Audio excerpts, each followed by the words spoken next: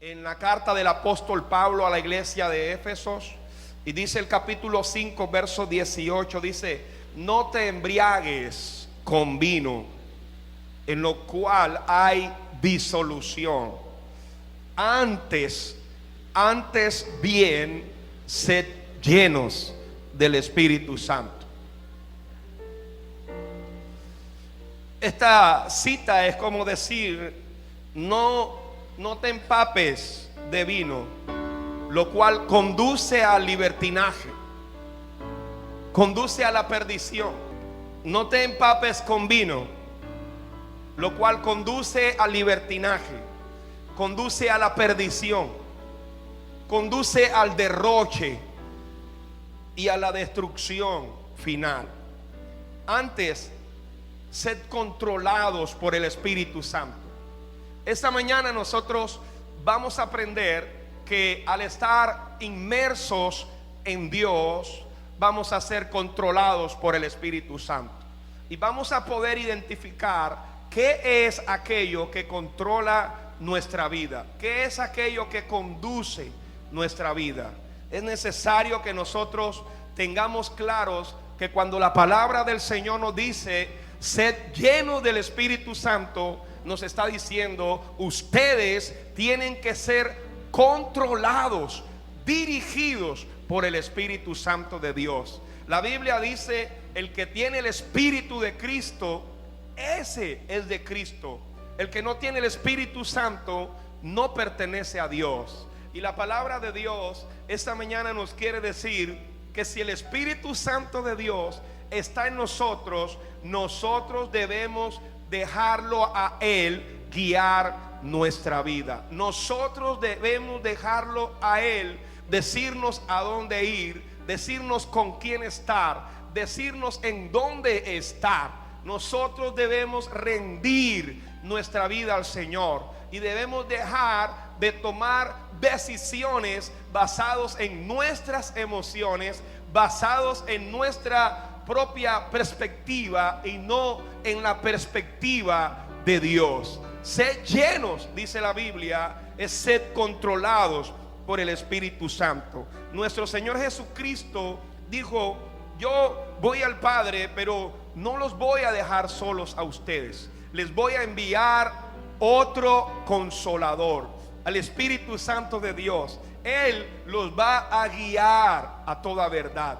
Él hablará todo lo que escuche decirle al Padre, se los hará saber a ustedes. Él los va a guiar. Él va a quitar la orfandad.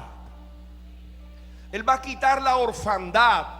Muchos tenemos una orfandad espiritual. ¿Por qué? Porque no tenemos al Espíritu Santo. ¿Y qué decimos nosotros? Nos abandonaron, nos dejaron solos, nos dejaron tirados, no contamos con nadie. Eso se llama orfandad. Pero nuestro Señor Jesucristo dice: no los dejaré huérfanos, voy a enviarles al Espíritu Santo. El Espíritu Santo trae sobre nosotros la paternidad de Dios. Por eso nosotros podemos decir: aunque padre, madre, tío, cualquiera nos deje, aunque el mundo nos dé la espalda, el Espíritu Santo de Dios está con nosotros. El Espíritu Santo de Dios está con nosotros. Pero cuando tú no tienes esa paternidad, tú tienes ese vacío interno, esa depresión, esa profunda soledad. Tú crees que nada va a salir bien con tu vida. Tú crees que las cosas no van a mejorar. Pero cuando tú tienes la paternidad de Dios, tú dices: todo lo puedo en Cristo que me fortalece. Si me cerraron esta puerta, es porque Dios me va a abrir otras puertas más. Si estoy viviendo este proceso, es porque Dios así lo quiere. Así que voy a vivir mi proceso de acuerdo al corazón de Dios y no de acuerdo al miedo que me puede controlar, no de acuerdo al qué dirán. Amén. El Espíritu Santo de Dios mora en todo cristiano, mora en toda persona que le ha dicho al Señor Jesús: entra en mi casa, entra en mi vida, llena hoy mi corazón. quiero que tú vengas a mí. Todo aquel que le ha entregado su vida al Señor, esa persona tiene al Espíritu Santo. Pero no todos los cristianos son llenos del Espíritu Santo. Todo cristiano tiene al Espíritu Santo, pero no todo cristiano es lleno del Espíritu Santo. ¿Cómo así? Toda persona que ha recibido al Señor tiene al Espíritu de Dios, pero no todos dicen: Señor, controla mi vida. Señor, voy a viajar mañana. Señor, esta decisión está en tu corazón. Señor, tú quieres que yo haga esto. Señor, ¿a dónde quieres que yo vaya? Señor, ¿es esta la persona que tú has determinado para mi vida? Señor, ¿es este el trabajo que tú quieres que yo haga? Señor, eso es diferente. Estamos muy acostumbrados a tomar decisiones en nuestro propio tiempo. Estamos muy acostumbrados a tomar decisiones por nuestro parecer. Estamos muy acostumbrados a involucrarnos en negocios que a nosotros nos parecen son correctos. Estamos muy acostumbrados a amarrarnos emocionalmente con personas sin tener en cuenta el consentimiento de Dios. Amén. Entonces, estar llenos del Espíritu Santo no es otra cosa que ser controlados por Él. No es lo mismo cuando una persona viene aquí enfrente y se pone a llorar, siente a Dios, tiene una experiencia con Dios. No es lo mismo eso que ser controlados por el Espíritu Santo.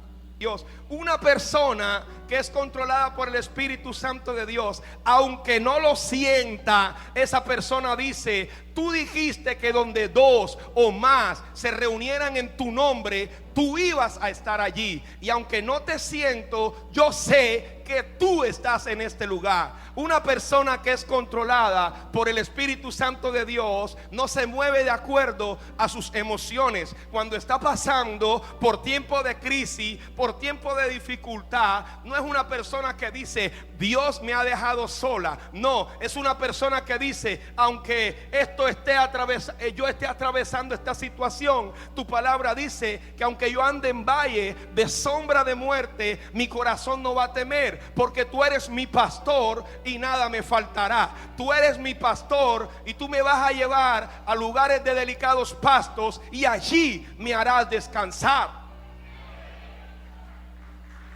Aleluya. Pero nosotros vemos algunas personas que hasta decimos: pero yo lo vi llorando en el culto, y cuando salió del culto siguió haciendo lo mismo que hacía antes. ¿Por qué? Porque es una persona que pudo haber sentido al Espíritu Santo de Dios, pero no es una persona que está llena del Espíritu Santo de Dios. No es una persona que vive controlada por el Espíritu Santo de Dios. ¿Qué conduce tu vida, iglesia? ¿Qué dirige tu vida? Hay personas que tienen codependencias emocionales, y es esa codependencia con el hijo lo que dirige su vida, con su familia, con su esposo. Hay personas que se casaron y dejaron de ser ellas. En la ecuación del matrimonio ya no existe esa persona. Ahora solo es la persona con la cual ella está viviendo. Ahora es todo lo que él quiere, todo lo que él anhela, todo lo que y tus deseos y tus sueños y tus anhelos. Yo creo que cuando yo me enamoro de esa persona, me enamoro de sus virtudes, me enamoro de sus defectos, me enamoro de ella. Amén. Pero entonces yo no entiendo cómo antes de casarse se enamora de esa persona y luego quiere que esa persona desaparezca de la ecuación. Ya no es importante lo que esa persona diga. No comprendo mucho eso. Hay personas que son conducidas por el qué dirán. se visten, hablan, actúan según lo que otros piensan de ellos. Cuando tú eres controlado por el Espíritu Santo, no es ninguna persona la que guía y conduce tu vida, es el Espíritu Santo de Dios. Cuando tú eres controlado por el Espíritu Santo de Dios, tú entiendes que antes de agradar a los hombres, tú tienes que agradar a Dios. También nos hemos dejado embriagar de la ira. Nos hemos dejado embriagar por el pánico. Un miedo que nos paraliza, que nos impide lograr aquello que Dios tiene para nuestra vida. Y hoy quizás algunos de nosotros no hemos emprendido cosas por temor. Antes de entrar en una situación, ya nosotros estamos diciendo: me va a ir mal, no va a salir bien, no va a resultar bien, me van a decir que no. Y ya estamos trayendo tantos pensamientos negativos. ¿Por qué? ¿Qué te controla en ese momento? ¿Qué es lo que te controla? Yo puedo enojarme, dice la Biblia, yo puedo enojarme. Algo no me puede gustar y está bien. Y está bien que lo manifieste de manera asertiva. Está bien que lo manifieste de manera correcta. Está bien que lo diga. Pero cuando la rabia es la que me controla a mí, eso me puede llevar a ofender, a lastimar con el verbo, incluso a actuar con violencia física en contra de la otra persona. Hay gente que se ha dejado controlar por la ira y dicen cosas y después no se acuerdan. Hay gente que se ha dejado controlar por la ira hasta el punto de que le han quitado la vida a una persona solo por la ira.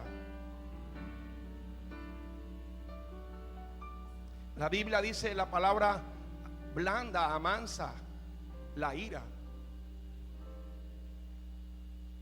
Nosotros tenemos que estar preparados para responder a aquellas personas que están controladas por la violencia y tienen una ira dentro de su corazón. Tenemos que aprender a responder.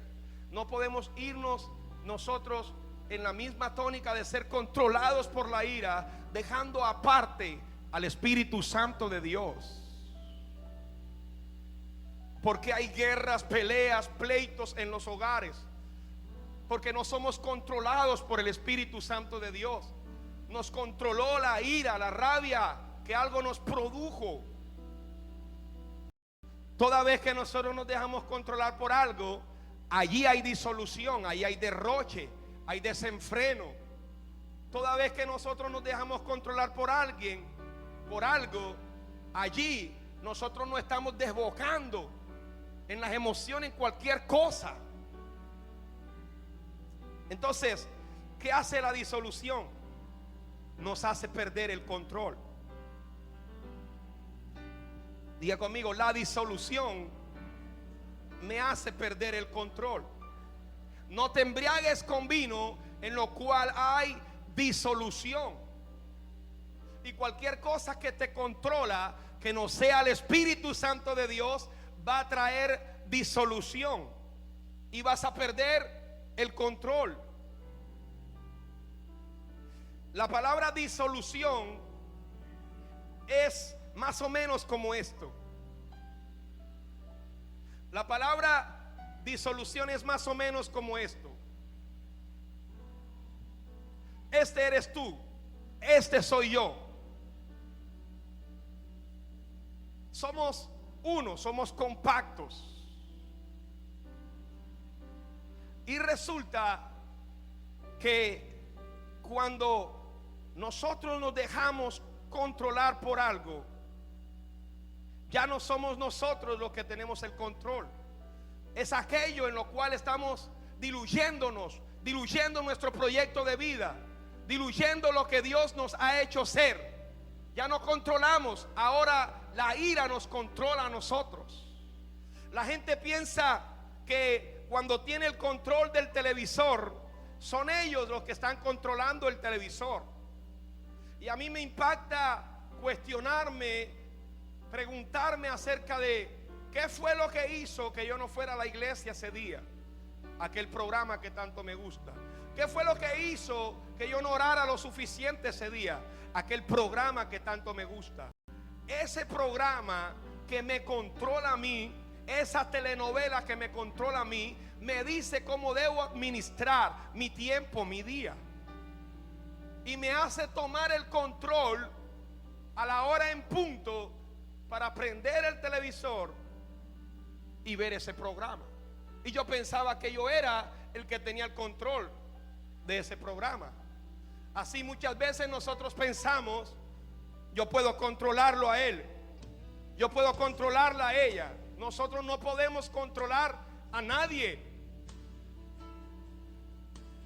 Nosotros pensamos que podemos controlar a nuestros hijos. ¿Podemos controlar a nuestros hijos?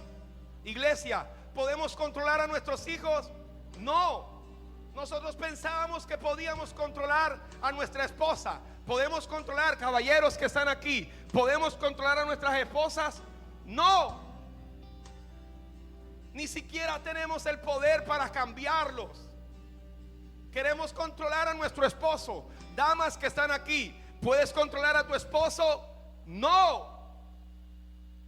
Te has diluido en esa situación creyendo que tienes el control, pero es esa situación la que tiene el control de ti.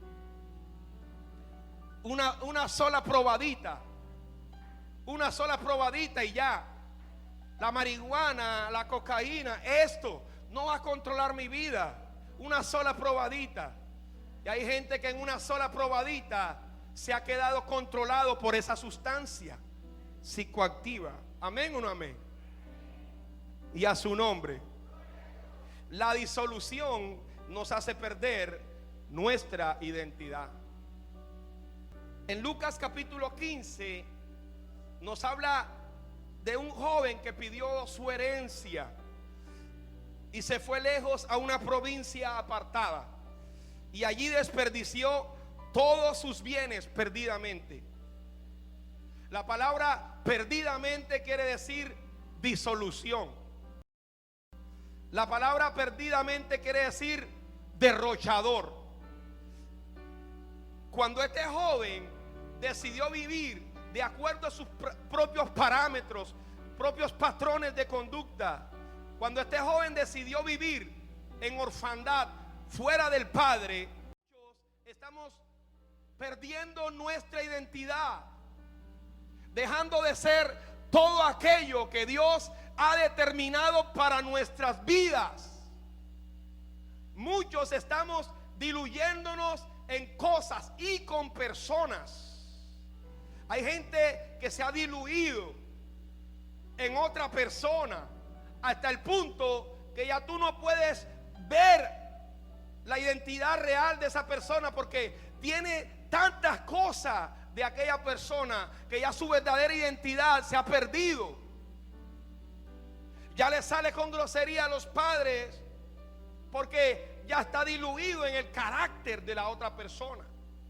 La mujer que dice: si él te está haciendo infiel, séle infiel también. Ella era fiel, era leal, pero ahora se ha diluido en el pensamiento de otra persona.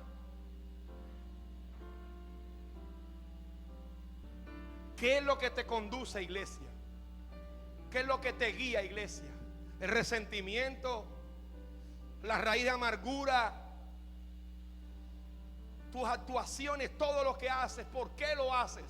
Porque el Espíritu Santo de Dios te dice, o es porque estás movido. La motivación de tu corazón, lo que te lleva a actuar, es ese odio, ese aborrecimiento, ese dolor que sientes, que conduce tu vida, iglesia. Porque si es otra cosa, si es alguien más que el Espíritu Santo, entonces tú te has diluido y te has dejado controlar, perdiendo tú el control y perdiendo tu identidad. Vamos hacia la libertad esta mañana. ¿Qué es lo primero que tengo que hacer entonces, pastor? Yo te diré: cede el control. Cede el control. Cédele el control a Dios. Deja que Dios te guíe. Deja que Dios te diga en medio de ese tiempo de crisis, en ese tiempo de dificultad. Deja que Dios te diga que tú sí puedes hacerlo en Él.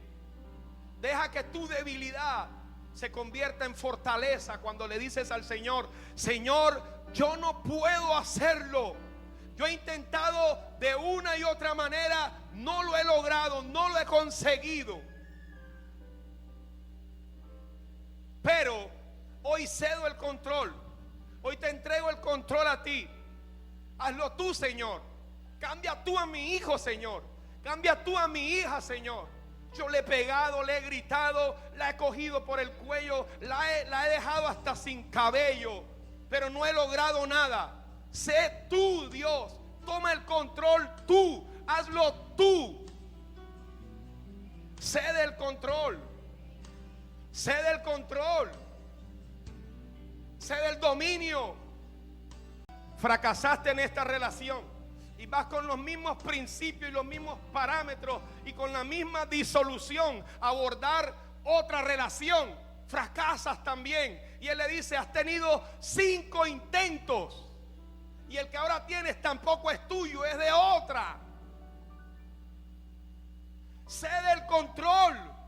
Deja que Dios determine quién es la persona que Él ha preparado para ti. Deja de estar jugando. La vida no es un juego.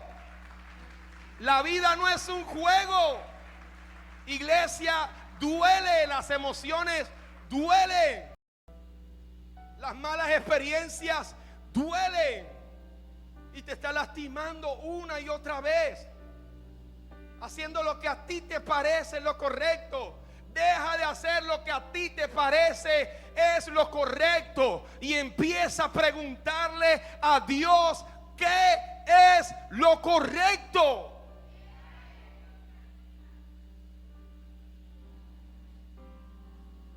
Él se encontró con el sacerdote Elí y le dijo: Elí, yo había jurado que te iba a dar un sacerdocio eterno y que todas las ofrendas y los diezmos del pueblo de Israel iban a ser para ti, pero yo no voy a hacer eso ya. Señor, ¿por qué? Porque tú determinaste honrar más a tus hijos que a mí, deshonrándome a mí al honrarlos más a ellos. Elí permitía que sus hijos tuvieran relaciones sexuales, hicieran inmoralidad dentro del templo. Y Dios vio eso. Y Dios le dijo: Elí, estás haciendo lo que no es correcto. Y él le dijo: Señor, yo le estoy diciendo a mis hijos lo malo que están haciendo. Y el Señor le dijo: es que yo no quiero que tú le digas a ellos solamente lo malo que ellos hacen, quiero que los estorbes.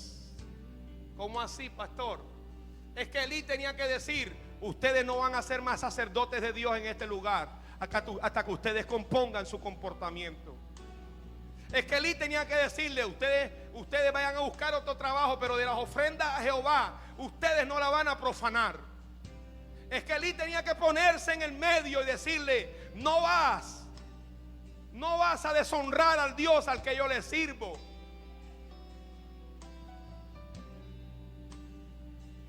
Pero él no hizo eso. Muchos padres le dicen a sus hijos: está mal que te metas en el cuarto con la muchacha, pero no le dice: aquí ya le puse un candado a esto para cuando tú vengas no puedas entrar, porque mi casa es de Dios y la casa del Señor se respeta.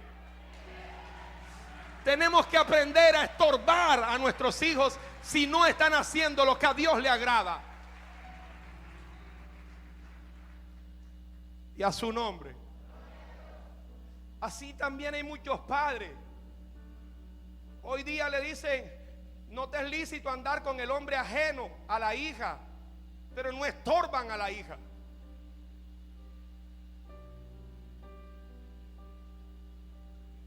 Cede el control. Dile a Dios: Señor, entra en mi casa, toma a mis hijos, toma a mi familia, haz algo en ellos. Escucha, tus hijos pueden tomar malas decisiones, ellos son libres para hacerlo, pero no permitas que esas malas decisiones te quiten a ti el carácter de honrar a Dios antes que a ellos. Dice, aquel que ame más, me ame más a mí que a sus hijos, yo se lo voy a devolver 100 veces más.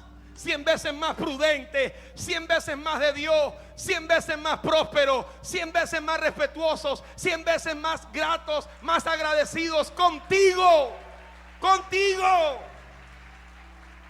Y a su nombre. Cede el control. Cede el control. Dile a tus hijos, mira, yo no puedo hacerlo. Yo no tengo los recursos para llevarte a la universidad, pero tú vas a estudiar si le crees a Dios. Si tú te metes con Dios, si tú buscas a Dios, Dios te va a proveer lo que tú necesitas. Y enséñale a ellos a honrar a Dios. Lo segundo, sed sobrios. Sed sobrios. Este hijo estaba derrochando todo lo que tenía. Todo aquello que el padre le había dado se lo comió en prostitución, en cualquier cosa, en alcohol. Lo derrochó, se quedó sin nada.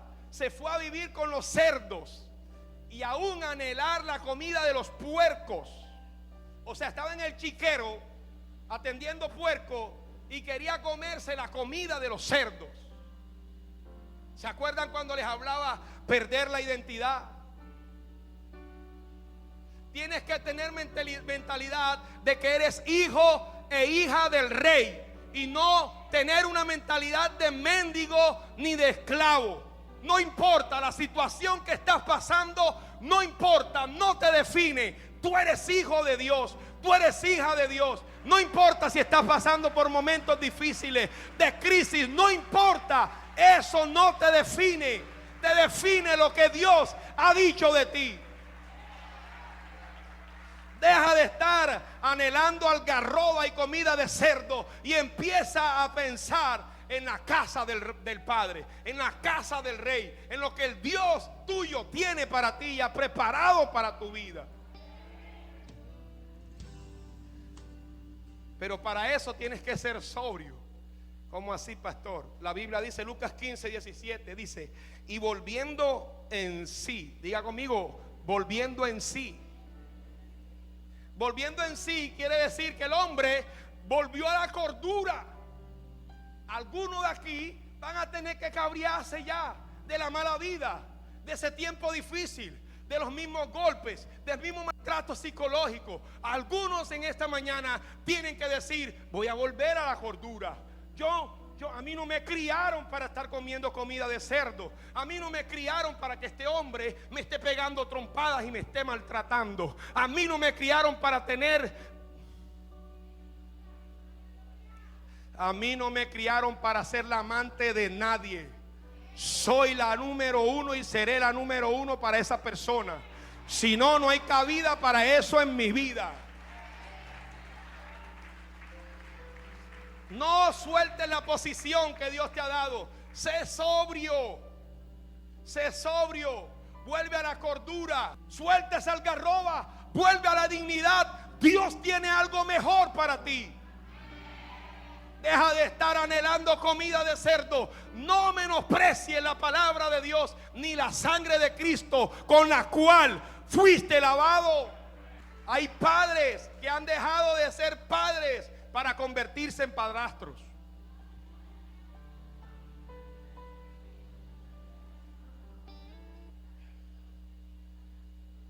¿Cuántos alaban la gloria de Dios? Sé sobrio. Sé sobrio. Esos son tus hijos. No abandones tu paternidad. Sé sobrio. Vuelve a la cordura. Vuelve en sí. Y tercero, buscad a Dios de todo corazón. Buscad a Dios de todo corazón. Jeremías 29:13 dice, y me buscaréis y me hallaréis. Wow. Y me buscaréis y me hallaréis. Y dice, si me buscareis de todo vuestro corazón.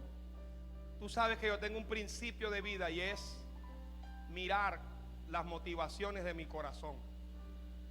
Eso me lo ha enseñado el Señor. Es decir, cuando usted esté en una situación, usted diga, ¿por qué lo voy a hacer? ¿Por qué quiero hacerlo? Ah, pero si yo quiero hacer esto es para que me vean. Yo quiero hacer esto es porque llegó mi tío y yo quiero que mi tío vea que yo soy el que cocino aquí en la casa. Las motivaciones de tu corazón. ¿Por qué haces lo que haces? De esa forma averiguarás qué está controlando tu vida. Corazón. La palabra de Dios dice que había dos mujeres, Marta y María. Dice que Jesús llegó a la casa de ellas y dice que Marta empezó a cocinar y a lavar platos y a limpiar la casa, a limpiar los muebles. Dice que Marta empezó a atender y esto, y dijo, oye, llegó el Señor, vamos a cocinar algo sabroso. Y María se sentó a los pies de Jesús para escuchar al maestro. La Biblia dice que Marta empezó a sentirse incómoda. Cuando estaba restregando los platos, empezó a decir en su mente, el que no se da cuenta que yo estoy atareada sola haciendo los quehaceres de la casa y la otra está sentada allí escuchándolo a él. No se preocupa por mí. Él nada más quiere que aquella lo escuche. No aguantando, llega donde el Señor y le dice, maestro, y tú no eres profeta, y tú no eres el Hijo de Dios, que no te das cuenta que María, desde que tú llegaste, se sentó a tus pies a escucharte, que no te preocupa de que yo estoy en todos los quehaceres sola. El Señor le respondió y le dijo, Marta, afanada y turbada veo que estás. ¿Por qué una persona anda afligida, turbada, desesperada? ¿Por qué? Le voy a responder, dice, porque escogió hacer cosas para Dios, pero no dejó que Dios hiciera cosas en ella o para ella. Escogió hacer cosas para Dios, pero no dejó que Dios hiciera cosas para ella. La búsqueda que yo tengo con Dios me lleva a hacer lo que tengo que hacer en el momento en que lo tengo que hacer. La búsqueda que yo tengo con Dios me lleva a conocer el corazón de Dios y me lleva a saber qué es lo que Dios quiere que yo haga en ese momento. Pero muchos hemos dejado de buscar a Dios y estamos atribulados, afligidos, estamos ansiosos. ¿Sabes por qué? Porque tú siempre te pareces a lo que adoras. Siempre nos parecemos a lo que adoramos. Y si tu adoración, tu preocupación es el dinero y es cualquier cosa, tu carácter va a reflejar eso. Pero si te pones a los pies del maestro, tú vas a ser más como él. Y la paz de Dios, que sobrepasa todo entendimiento, guardará tu corazón en Cristo Jesús.